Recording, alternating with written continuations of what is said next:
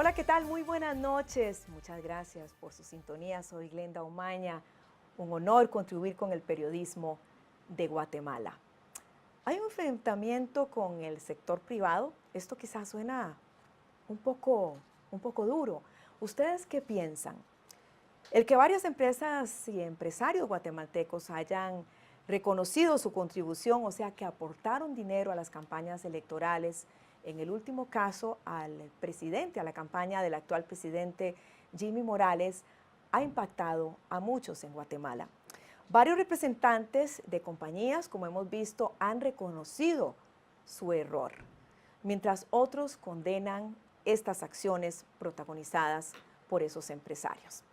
Aquí en este programa queremos dar la oportunidad de escuchar las distintas versiones y por ello hemos invitado hoy al presidente del Comité Coordinador de Asociaciones Agrícolas, Industriales, Comerciales y Financieras, CACIF. Está con nosotros el señor Marco Augusto García Noriega, con quien también vamos a conversar sobre los logros, sobre los desafíos de la empresa privada y sobre la situación económica de Guatemala. Muchas gracias por estar con nosotros, señor García. Gracias, muy amable. Bueno, ya es la octava vez en la presidencia de CACIF, ¿no? Sí. Y me imagino que esta quizá podríamos decir que es la más difícil, estar dando explicaciones de este financiamiento pues declarado ilícito por parte de empresarios a las campañas electorales. ¿Ha sido difícil?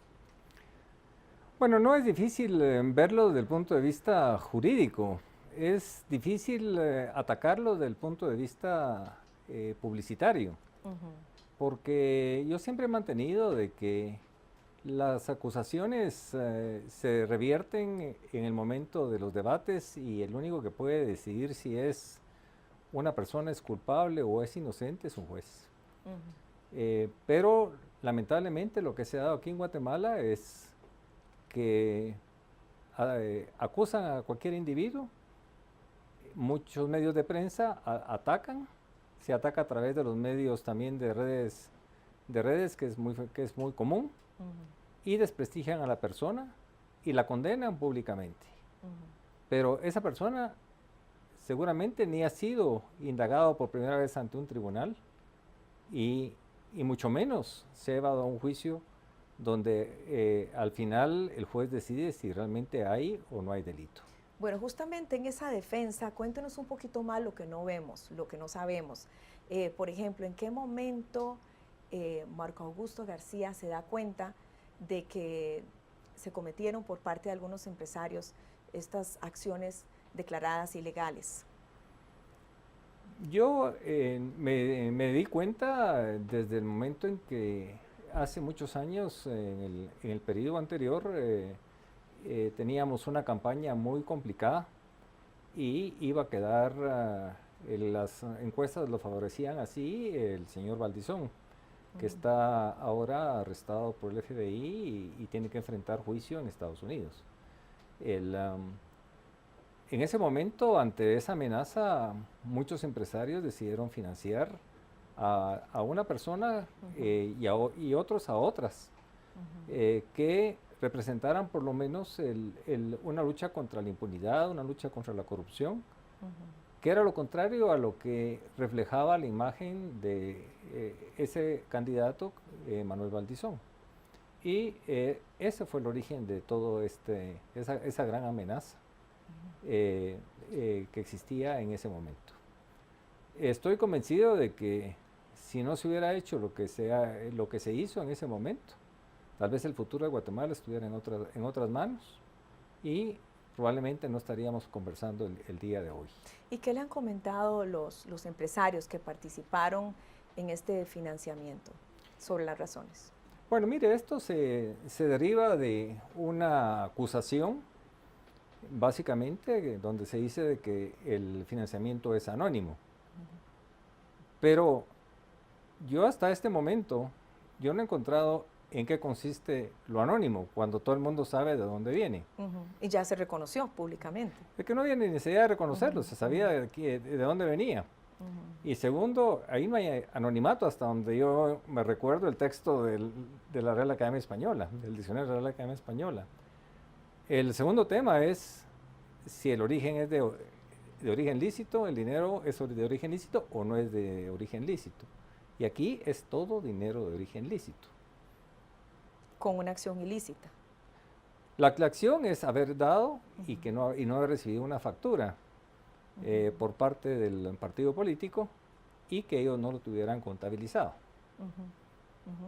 ¿Cómo ha impactado, señor García, estas acciones el sector empresarial, también a la producción, al desarrollo económico de Guatemala, a su parecer?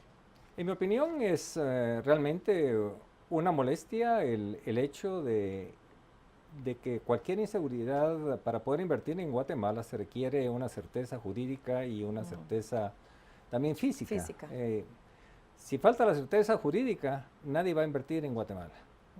Y aquí lo que estamos enfrente precisamente es ante un tema de una falta de certeza jurídica. Lo que yo he dicho, y lo vuelvo a repetir una y otra vez, es que ese delito está muy mal tipificado. Lo que hizo la Corte Constitucional. Es decir, que no hay claridad. No hay claridad en la tipificación. Ese delito se hizo en un momento dado para prevenir de que el dinero viniera o de narcotráfico o de dinero mal habido, como eran los partidos políticos que acumulaban en campañas anteriores o dentro de los gobiernos de turno para financiarse para la siguiente campaña. Eso era el objetivo de ese artículo. Luego le agregaron la palabra anónimo, significa de que no se sabía de dónde venía. Pero aquí se sabe de dónde viene, que el dinero es lícito, se rompe lo que llamamos nosotros tipificación del delito. Entonces, ¿qué pasó? Que entonces los retractores y los que juzgan en las redes dicen es que debe castigarse porque a través de eso el sector privado financia siempre a candidatos y a través de eso obtiene privilegios. Y yo pregunto, ¿qué privilegios? ¿Qué privilegios hemos tenido en los últimos años? Y le diría en los últimos 30 años. Si me dijeran por lo menos 2 o 3 ejemplificados, lo podemos discutir. Pero hasta este momento hablan todos como que fuera un discurso pregrabado, pero nada en concreto. Y acusar así es muy fácil. El segundo tema es que mediante ese discurso siempre se cree de que uno puede poner y quitar presidentes, poner y quitar ministros, etcétera, lo cual siempre ha sido una mentira. Y la realidad es que si vemos la historia del país, no ha sido tal como lo presentan. Los ministros que han estado en distintas oportunidades son las personas que en ese momento han sido las más preparadas, y no han estado en el sector privado organizado. Muchos probablemente han sido empresarios, pero no los ha puesto CACIF ni quitado CACIF. Entonces, esa también es una falacia que también se rompe y cae por su peso. Pero yo les pregunto a todos, entonces, ¿nadie va a financiar a los partidos políticos? Pero tiene que haber entonces más claridad, lo cual se está trabajando en eso, creo. Pues en todos los países del mundo, en Estados Unidos, para poner un ejemplo, que es uno de los países más avanzados en financiamiento, existen reglas muy claras sobre cómo debe ser el financiamiento. Hay cenas donde yo he estado, cuesta $1,000 estar cerca del futuro candidato a la presidencia y no por eso se va a investigar a las empresas. Pero ¿cómo evitar en el contexto regional, porque no estamos hablando solo de Guatemala, que esto se convierta o se traduzca en corrupción? Es que la corrupción se da cuando se comete un hecho o un acto ilícito. Pero mientras no se dé ese hecho o acto ilícito, el hecho de que doy un financiamiento, yo, con dinero propio, que se ha creado en mis propias empresas, que es lícito, ¿por qué no voy a poder disponer yo de mi propiedad como yo quiera? Ahora, ¿qué hace la otra persona con ese dinero, el candidato? eso ya no es responsabilidad mía. Quisiéramos pasar a otros temas, pero que dar un poco más de espacio a este tema, sobre todo porque usted mencionaba de las redes sociales, Sí. y esto, como decíamos al principio, es una oportunidad de aclarar, porque en un sector quizá hay un malestar, ¿no? Hay inclusive calificativos fuertes hacia el sector privado. Y eso quizá no le conviene a lo que le conviene a Guatemala es estar un país unido, pero un país claro. Por ejemplo, ¿cómo lidiar con el desprestigio al sector privado con las campañas, decíamos, en redes sociales? Le voy a contar un mensaje que envió un señor, Almícar Daniel, para aclararle a él, porque esta es la oportunidad. Dice: la polarización es un invento de la oligarquía. Lo que existe es una diferencia entre el guatemalteco trabajador y el guatemalteco opresor. ¿Qué le contesta usted a don Almícar? Bueno, yo le preguntaría si es un guatemalteco trabajador dependiente o un guatemalteco trabajador independiente, en primer lugar. Y en segundo lugar, si es verdaderamente guatemalteco. Porque si fuera verdaderamente guatemalteco, estarían buscando el bien común de todos y tratando de sacar el país adelante en un momento de crisis. Bueno, vamos a hablar en un momento. Me gustaría que conversáramos sobre el aporte en este momento a lo que es el combate al desempleo, el aporte por parte de la empresa privada. De acuerdo. Ya volvemos.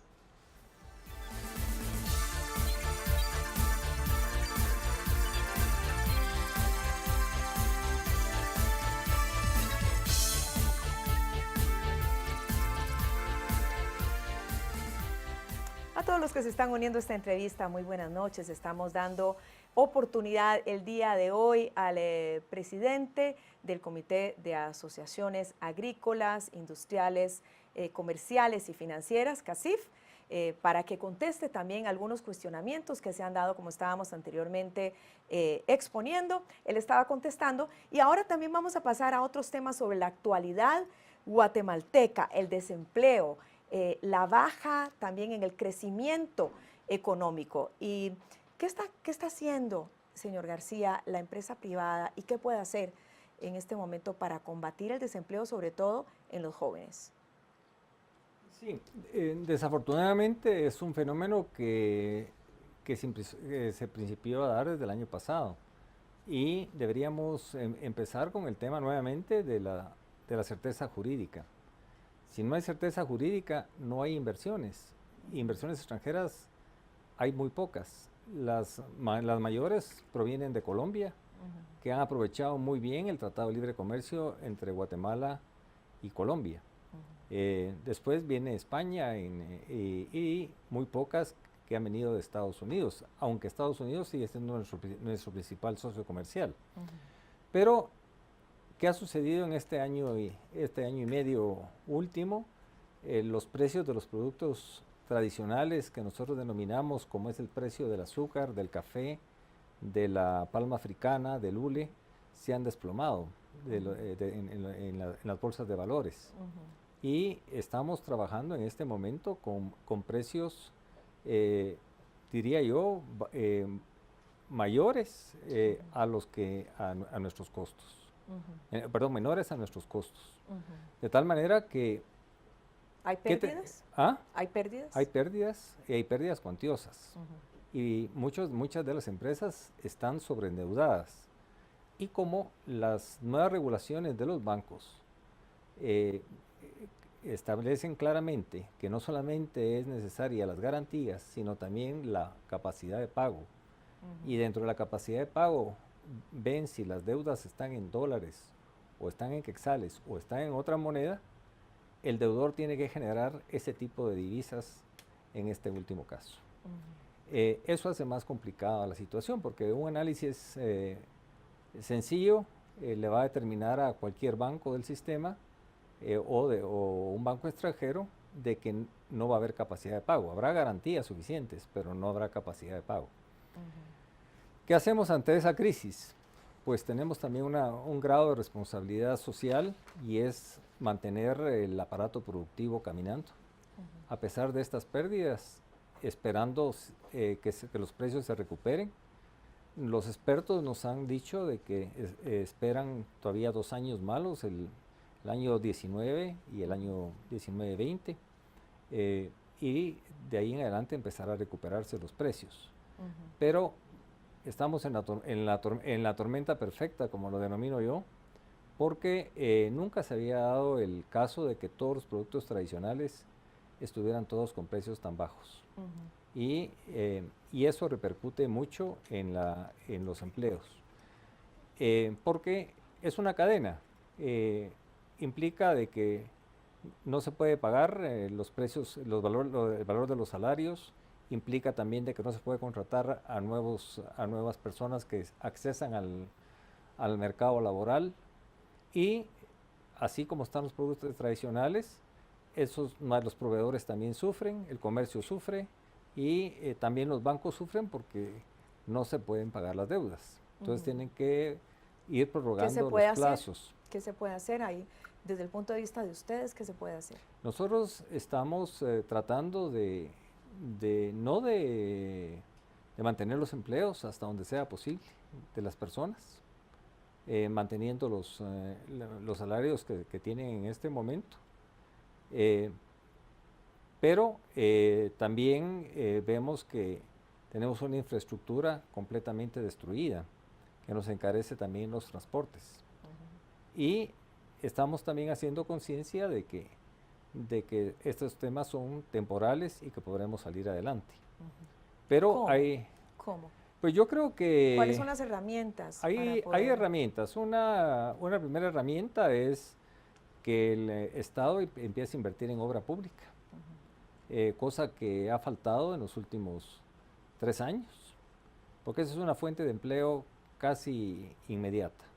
Si el Estado no quiere, empezar con las alianzas público-privadas para poder invertir en todo lo que es infraestructura, por ejemplo, carreteras, porque dado que el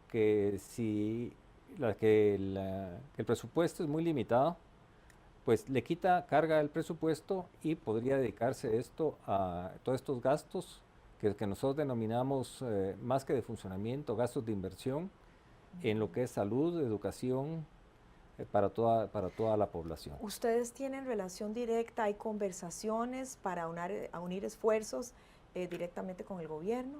Sí, tenemos reuniones, lamentablemente han sido infructuosas hasta el momento. ¿Por qué? Porque creemos que por un lado hay miedo por el tema de los antecedentes de corrupción que ha habido. Las leyes son muy complicadas para poder ganar una licitación, y hay que hacer una revisión de esas leyes y darle una más transparencia, pero también seguridad jurídica tanto al inversionista como también para el Estado. ¿Y si estuviera en sus manos, qué haría? Modificar esas leyes. ¿Hay conversaciones para poder hacerlo? Conversaciones hay, pero caen oídos sordos tanto del organismo ejecutivo como del Congreso. Y el Congreso en este momento también es un mal momento porque es un Congreso que la gente lo percibe muy desprestigiado. Ahora, también estamos viendo un esfuerzo que están haciendo algunos sectores, especialmente el sector privado, por hacer un intercambio comercial o aumentar el intercambio comercial con Estados Unidos. Tenemos entendido que ha habido ciertos encuentros con líderes comerciales en Washington. ¿Qué nos puede contar? Sí, esto se principió un gran esfuerzo desde hace más de 1 año y medio. Se está en conversaciones, tenemos un tratado de libre comercio con Estados Unidos. Sin embargo, la política de Estados Unidos ha sido un día abierta, otro día cerrada.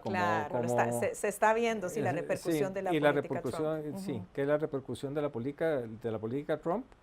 Y nosotros, siendo un país pequeño, nos afecta muchísimo. Entonces, abrir canales en determinados productos cuesta mucho, pero lo han logrado los productos. ¿Nos puede dar ejemplos? Sí, por ejemplo, todo lo que es vestuario, lo han manejado bastante bien desde hace años y ellos no se han visto mermados con esta crisis.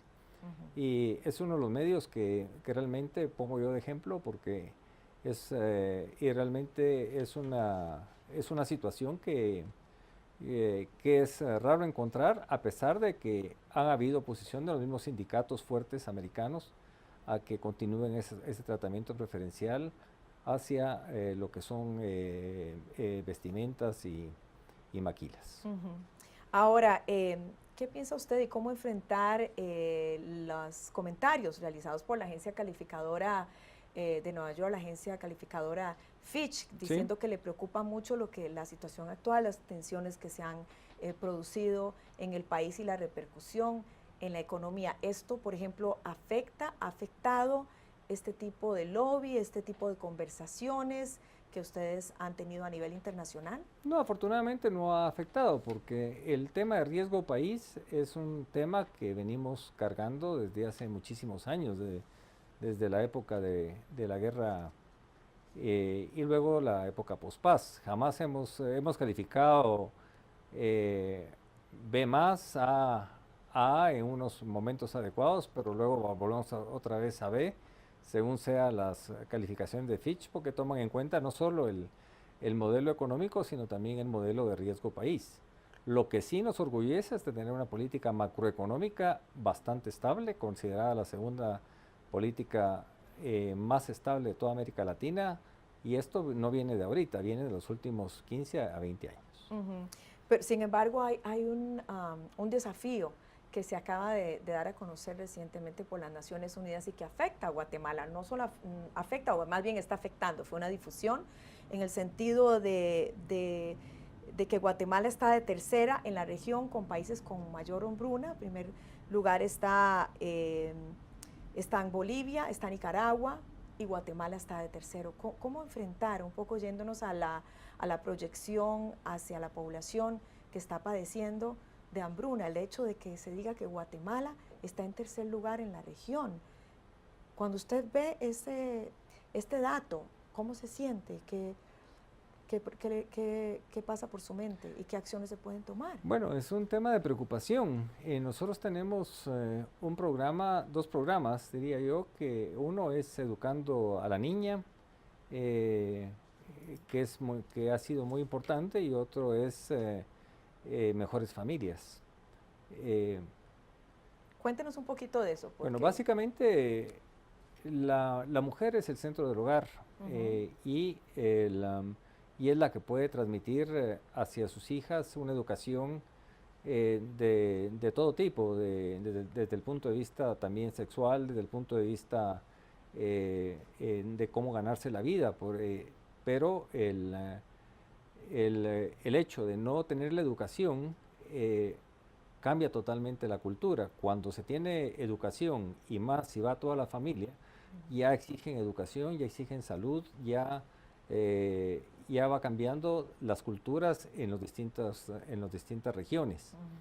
Este es un proceso que lleva muchos años para llevarlo a cabo, pero hemos logrado ya educar a más de 4.000, 5.000 familias. Pero creemos que no es solamente un esfuerzo del sector privado, ni de un sector del sector privado, sino es un esfuerzo que debe ser a nivel nacional. Pero parte de eso es, partimos del tema de desnutrición y claro partimos, que hay... y partimos también del tema de salud y el tema de educación. Mientras no ataquen esos tres factores, vamos a seguir sin resolver el problema. Me gustaría que me comentara sobre la próxima cumbre iberoamericana y cómo Guatemala puede tener un mayor protagonismo. También tenemos entendido que ustedes van a tener unido a la cumbre iberoamericana como parte, también van a participar, y uno de los temas justamente es las mujeres y los negocios. Yo quisiera conversar de esto con usted en un momento. Sí.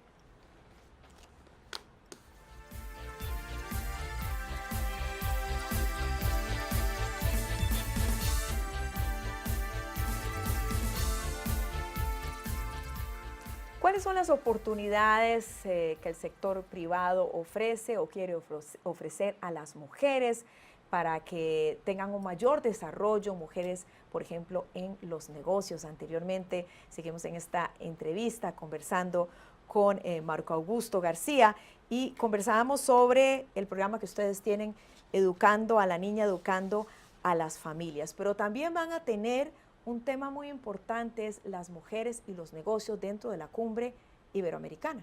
Sí. El próximo 13 y 14 de noviembre vamos a tener la cumbre iberoamericana, que en su decimosegunda, en Antigua Guatemala, en su decimosegunda edición, trae entre de los paneles el tema de la mujer y su papel en los negocios. Creemos que en los últimos años las mujeres han sobresalido en forma sobresaliente en muchísimas de las actividades empresariales, de tal manera que vienen dentro de las delegaciones iberoamericanas, vienen muchísimas líderes empresariales, mujeres y Cámara de Comercio también tiene una actividad anual sobre todo ese liderazgo que ha mantenido las mujeres durante estos últimos años en la parte empresarial.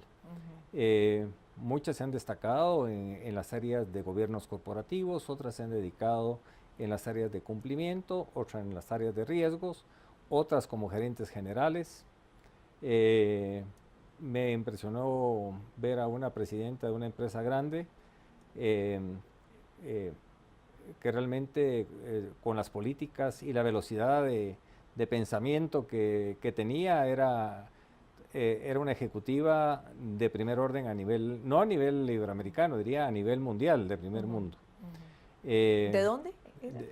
De aquí de Guatemala. De Guatemala. Bueno, ¿por qué sí. no decimos el nombre? Porque no me lo permite ella. Sería mejor decir el nombre. Sí.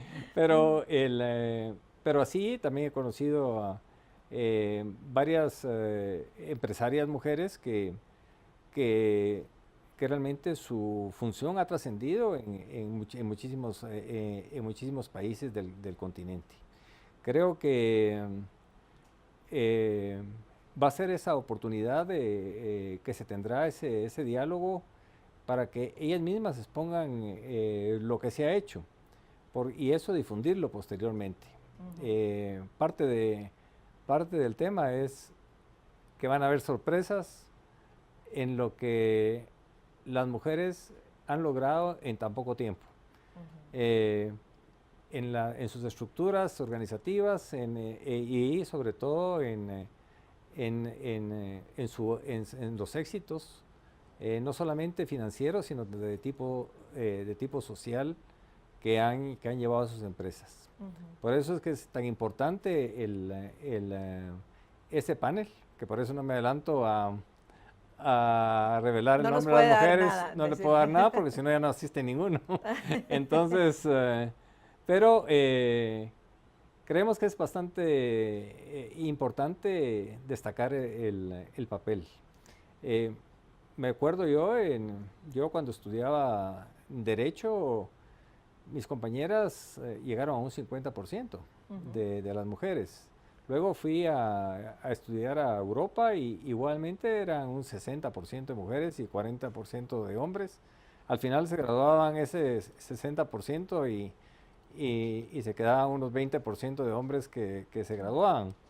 Y ahora son excelentes abogadas. Sin embargo, el principal desafío a nivel mundial sigue siendo la brecha salarial, ¿verdad? La diferencia en los mismos puestos y la diferencia que hay entre los ingresos de los hombres y los ingresos de las mujeres. Sí. ¿Es algo por lo cual ustedes de la presidencia de CACIF, digamos, está abogando? Sí, ¿qué se puede hacer? Bueno, nosotros partimos del tema de una igualdad entre hombres y mujeres con iguales oportunidades. Para nosotros no hay distinción, es el tema de respetar su empresarialidad y mientras más triunfen, mejor le puede ir a cualquier empresa. Creemos que la cultura ha ido cambiando y ha ido cambiando más rápido de lo que uno cree. Aún a nivel de gobierno nosotros vemos que que han habido magistradas presidentas de la Corte de Constitucionalidad, presidentes de la Corte Suprema de Justicia, han habido ministras de Gobernación, ha habido jefas de Ministerio Público, lo cual hace unos 7, 8 años era inconcebible. Y diría yo que todas lo han hecho bien. Nadie ha podido decir absolutamente nada. Así que eso es en el área pública. En el área empresarial, igualmente. He tenido muchas, no solamente compañeras de trabajo, sino también socias y creo que no solamente trabajan pero a un grado de excelencia, pero también le ponen presión a uno para que esté pues a la altura de eso, y hay que hacer caso. Bueno, cuénteme una cosa, Marco Augusto. Usted tiene 2 hijas. Sí. Tiene 2 hijas que han tenido oportunidades de estudiar, han tenido oportunidades de ejercer su profesión. Según tengo entendido, una es bancaria, la otra es emprendedora. Sí. ¿Cuál es su mensaje a muchas mujeres que están con nosotros y que quisieran tal vez, puede ser que quisieran prepararse más para poder tener un trabajo profesional, otras que ya están trabajando pero quieren escalar? Y ese es uno también de los desafíos, ¿verdad? Que los hombres generalmente aplican a un puesto aunque solo cumplan con el 60% de los requisitos. En cambio, las mujeres, si vemos que no cumplimos con el 100% de los requisitos, no aplicamos. ¿Usted ve eso como un desafío? ¿Cuál es su consejo para que haya una mayor promoción de las mujeres? Bueno, yo siento que no hay que tener miedo. Igual miedo. ¿Hay miedo? ¿Usted ha visto miedo en las mujeres? Yo creo que hay miedo en los hombres y en las mujeres sí. en este momento. Creo que cuando se enfrentan a lo que han aprendido o en la universidad, a lo que han aprendido en otros trabajos, contra la experiencia que se les requiere y la excelencia que cada día requieren los trabajos, porque son más, se solicitan más, son más exigentes, son más tecnológicos, y ya no solamente con un grado de licenciatura se conforman, sino tienen necesidad de una maestría, a veces de un PhD, de tal manera que lo que se busca es la excelencia en el trabajo. Entonces, ha habido un cambio cultural, no solamente en Guatemala, sino en muchas partes del mundo. Antes era fácil salir de un high school y conseguir trabajo. Ahora no, ahora el que probablemente atiende en McDonald's ya está estudiando alguna carrera universitaria. El que está de gerente ya sacó no solamente su carrera universitaria, sino está aportando sus conocimientos gerenciales o cualquier otra carrera que pudiera haber estudiado. Pero las mujeres también están en la misma situación. Yo el único consejo que puedo dar es lo que me dijo un profesor hace muchísimos años: todo se puede recuperar, menos el tiempo perdido. Hay oportunidades para estudiar y hay oportunidades para trabajar, pero aún trabajando nunca se debe dejar de estudiar. Muchas gracias por ese mensaje. Hablemos de las remesas, de lo que representa para Guatemala, ¿no? Como el principal ingreso en este momento. ¿Ustedes ven el gobierno actual de Estados Unidos como una amenaza hacia ese ingreso? Bueno, siempre ha habido una amenaza a ese ingreso porque es un ingreso que es, diría yo, temporal. Temporal porque el inmigrante lo que hace es buscar un futuro mejor. En una primera etapa llega a Estados Unidos, dependiendo del gobierno de turno que toque en Estados Unidos también. La segunda etapa llama a su familia. La tercera todavía manda remesas, que será durante una generación. Pero la cuarta etapa es cuando ya sus hijos crecieron bajo toda una cultura distinta, que aquí podríamos decir que siendo Estados Unidos el principal receptor de la inmigración guatemalteca, ya las personas son bastante americanas, con una cultura americana, no hablan ni español. Los vínculos con Guatemala son cero.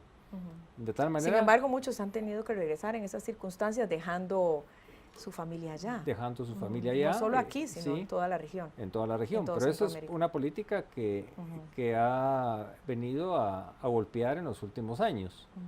Han habido 95,000 deportados este año, pero muchos de esos vuelven otra vez a regresar, pero no se para esa inmigración. Y no se para por falta de oportunidades y de trabajo aquí en las zonas más pobres, que es de donde emigran las personas. Y creo que mientras no les demos una seguridad de un empleo con infraestructura para poder desarrollarse, pues vamos a seguir con lo mismo. Creo que es un reto que tenemos los guatemaltecos, porque no solamente es que la gente se vaya y que recibamos por un tiempo remesas, denominadas remesas familiares. El problema es que estamos perdiendo muchas veces mentes privilegiadas, porque se van médicos, se van ingenieros, se van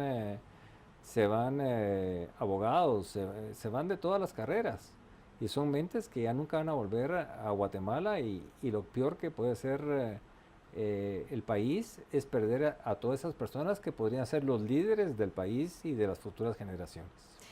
Marco Augusto, como comentábamos antes, esta baja en los productos tradicionales de exportación pues ha impactado a Guatemala. ¿Cuáles son las nuevas oportunidades de negocio alternativas para poder, digamos, diversificar lo que son las exportaciones agrícolas de Guatemala? Sí, yo creo que hay que diversificar, y esta crisis obliga siempre a estudiar diversificaciones, estudiar qué pasa en otros países. Formas de mercadear también los productos, que es otra manera de hacerlo, o de cambiar de un producto a otro. Muchos cambian de azúcar, estarán cambiando a otro que tiene todavía mercado, como puede ser plátano, banano, etcétera. Otros van a preferir refinar el azúcar y venderla, otros preparar azúcar orgánica, o como los caficultores preparar café orgánico y venderlo con un premio para salir de esta crisis.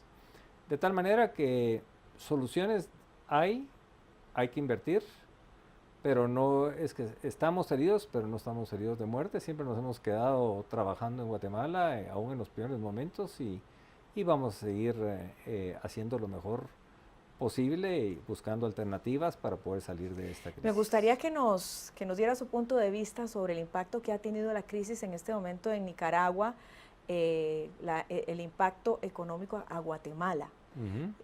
Así que vamos a hablar de esto en un momento. Bueno. Ya volvemos.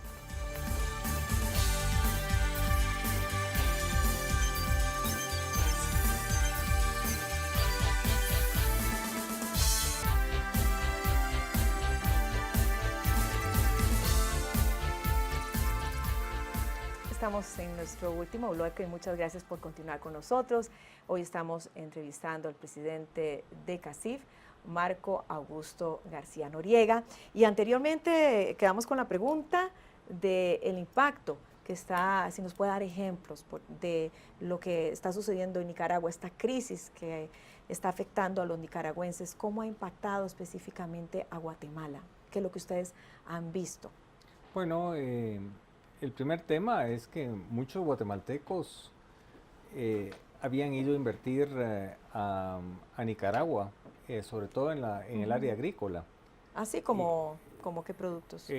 Como azúcar, por ejemplo, en ganado, en palma africana. Y les estaba yendo bien, como otros. Muy bien, sobre todo había una garantía de seguridad física, y también... Y había una inversión fuerte, ¿no? Y fueron inversiones muy fuertes. Entonces, esta crisis definitivamente estalló de un día para otro, aunque probablemente ya tenía su germen desde hace varios años, pero el tema es que surgió del mismo grupo sandinista, de los seguidores de Ortega, de tal manera que esto ha habido hasta ahorita más de 400 muertos.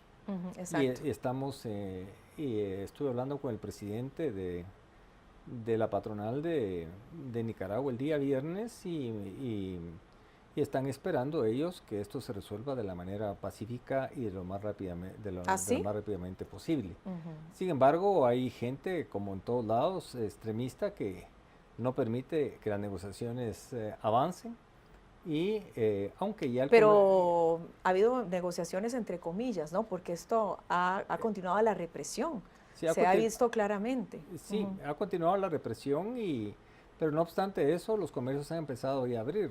ujú. En, Y ojalá, ¿verdad? y Ojalá. primero por unas horas. Ujú. Ahora ya hay comercios que abren hasta las 8 de la noche y comercios que ya están abriendo hasta las 10 de la ¿Y las noche. inversionistas guatemaltecos entonces qué están haciendo? Los ¿Cómo les va? inversionistas tuvieron que cortar empleos Ujú, y luego tuvieron que asegurarse de que los productos pudieran salir a puertos y transportarlo, lo cual encareció sus productos, pero siempre con un daño económico bastante fuerte.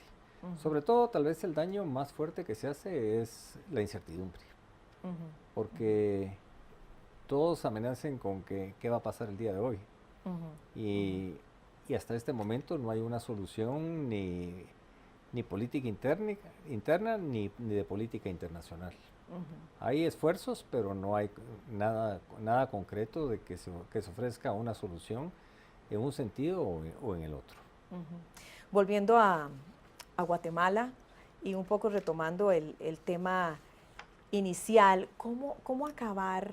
Porque esto no sucede solo en Guatemala, pero ha habido en el pasado quizá un maltrato hacia cierto sector de la población que se ha transformado en resentimiento y por ello quizá un grupo está con una, un rechazo a las acciones, a la empresa privada, que estamos viendo que también pues, ha sido empañada la imagen recientemente por los hechos que han acontecido en cuanto al financiamiento ilícito.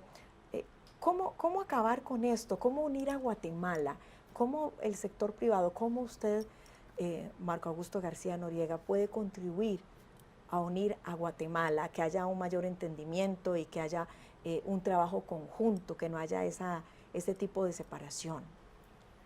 Bueno, yo creo que Guatemala es un país que tiene muchas probabilidades y realmente es un país que ofrece mucho a todos los habitantes.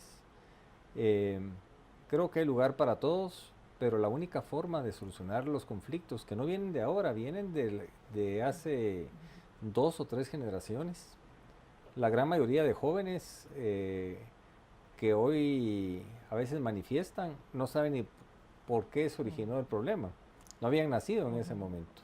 ¿Hay una vulnerabilidad? Hay una vulnerabilidad en desconocimiento. Luego hay que reconocer también que hay muchas personas que viven del conflicto. Uh -huh. Pero la única forma para mí de solucionar esos conflictos es mediante un diálogo. Uh -huh. Un diálogo donde se planteen los verdaderos problemas del país, pero que no nos quedemos ahí en plantear problemas, porque somos muy expertos en plantear problemas, en hacer nuestros análisis, pero somos muy malos en fijar cuáles son las soluciones. ¿Por qué? Porque al sentarse en una mesa de diálogo, todos tenemos que ceder una parte de nuestras pretensiones. ¿Qué están dispuestos a ceder ustedes? Nosotros estamos dispuestos a ceder lo que sea necesario en beneficio de una Guatemala mejor, porque al final es una inversión que todos tenemos que hacer, pero también requerimos de que la contraparte también deje el conflicto. Así como se firmaron los acuerdos de paz en un momento dado, así como llegamos a un acuerdo fiscal histórico que por primera vez se llegó en el año 2000 y que no se pudo implementar por la clase política, porque dispusieron que en ese momento si se implementaban los acuerdos fiscales que habíamos llegado, les quitaríamos todo el poder a la clase política, pues tenemos que sentar a todos los actores de la sociedad civil principales para poder llegar a acuerdos que sean verdaderamente válidos y que se puedan ejecutar. Lo que sí no es factible es quedarnos como estamos, polarizados, divididos, y que dentro de un año no sepamos aquellos pleitos que cuando uno llega al fin no sabe por qué empezar, ni cuál fue el origen de eso. Pero mientras tanto están perdiendo grandes oportunidades para el país y probablemente podríamos llegar a un momento en que sea irreversible esta situación. ¿Qué le diría usted a quienes piensan que hace falta conciencia social? Yo creo que tenemos que partir de qué es lo que entienden ellos por conciencia social, porque si conciencia social implica de que todo va a ser regalado, ese es un tema. Si conciencia social implica que vamos a trabajar todos para tener una Guatemala mejor, estamos hablando otro lenguaje, que es el lenguaje que nosotros esperamos. O sea, lo que no cuesta, no se aprecia. Yo, en lo personal, también soy enemigo de las donaciones que hacen muchos organismos internacionales. ¿Por qué? Porque es igual a cuando uno le da a un niño pequeño todo lo que él quiere. Que quiere un día un juguete, que quiere un día un carrito, que quiere un día un vestidito y le doy todo lo que quiere. ¿Qué voy a hacer al final con ese niño cuando crezca? Lo Eso voy a por un malcriar, lado. lo voy a malcriar. Es igual un país. Si todo lo va a estar recibiendo regalado. Eso por un lado, pero ¿cómo ayudar a la población, como decíamos, el tercer país en la región con mayor hambruna? Sí, yo creo que es mediante educación, atacando en sus raíces la desnutrición y también ¿Por qué no se ha y logrado? con salud. No se ha logrado. Por intereses políticos. Yo creo que al final, yo creo que Guatemala merece una nueva generación de una clase política. Y eso le corresponde. ¿Cuál es la descripción de esa nueva clase? ¿Cuál sería la ideal y cómo ven ustedes las elecciones, la próxima campaña electoral? La próxima campaña la veo muy difícil. Y este es un periodo de transición que no se logra en un periodo de 2 años, 3 años. Pero yo creo que hay que motivar a los jóvenes a que ingresen a la política, que alcancen los puestos públicos y que hagan política, pero una política sana, sin corrupción, y que es lo que la gente está esperando, y que trabajen en beneficio del país. Pero ya la clase política tradicional que viene desde hace 20, 25 años, hay que sustituirla por todos estos jóvenes. Pero tampoco se vale de que solo se quede uno criticando, viendo las noticias en la sala de su casa muy cómodamente y me limite a criticar, cuando yo no estoy haciendo nada por el país. Y por ejemplo, yo estoy aquí sentado frente a usted y respondiendo todas las preguntas, pero también creo que es mi aporte para Guatemala, y porque quiero una Guatemala mejor para mis hijos, y quiero una mejor Guatemala para también los hijos de todos los guatemaltecos.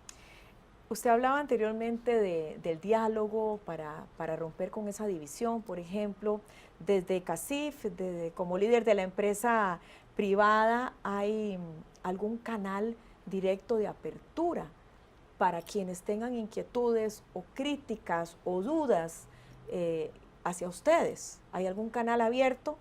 Sí, canales abiertos tenemos y lo hemos tenido durante muchísimos años. Hay un foro que se llama Foro Guatemala, donde está la parte académica, la parte política, la parte de iglesias, y en ese foro se discuten los temas. Hay personas que hay que denunciarlas, viven del conflicto, y hay muchas ONGs que son financiadas desde el exterior, que precisamente reciben dinero no para educación, no para salud, no para combatir desnutrición, sino para estar protestando para que se cierre una mina, para que se cierre una determinada empresa, para que provocar manifestaciones, para hacer bloqueos. ¿Alguna en específico que usted quiera denunciar en este momento? Mina San Rafael es un ejemplo. Digo, alguna organización que usted decía que no estaba de acuerdo. Hay muchísimas, tenemos... ¿Pero hay alguna que usted quiera nombrar? Pues no me gustaría nombrar en este momento, pero sí las hay. Tenemos fotos de extranjeros recibiéndolas, tenemos tenemos toda la inteligencia de por dónde la reciben, mucho vía Costa Rica, de fundaciones y muchas personas que reciben ese dinero.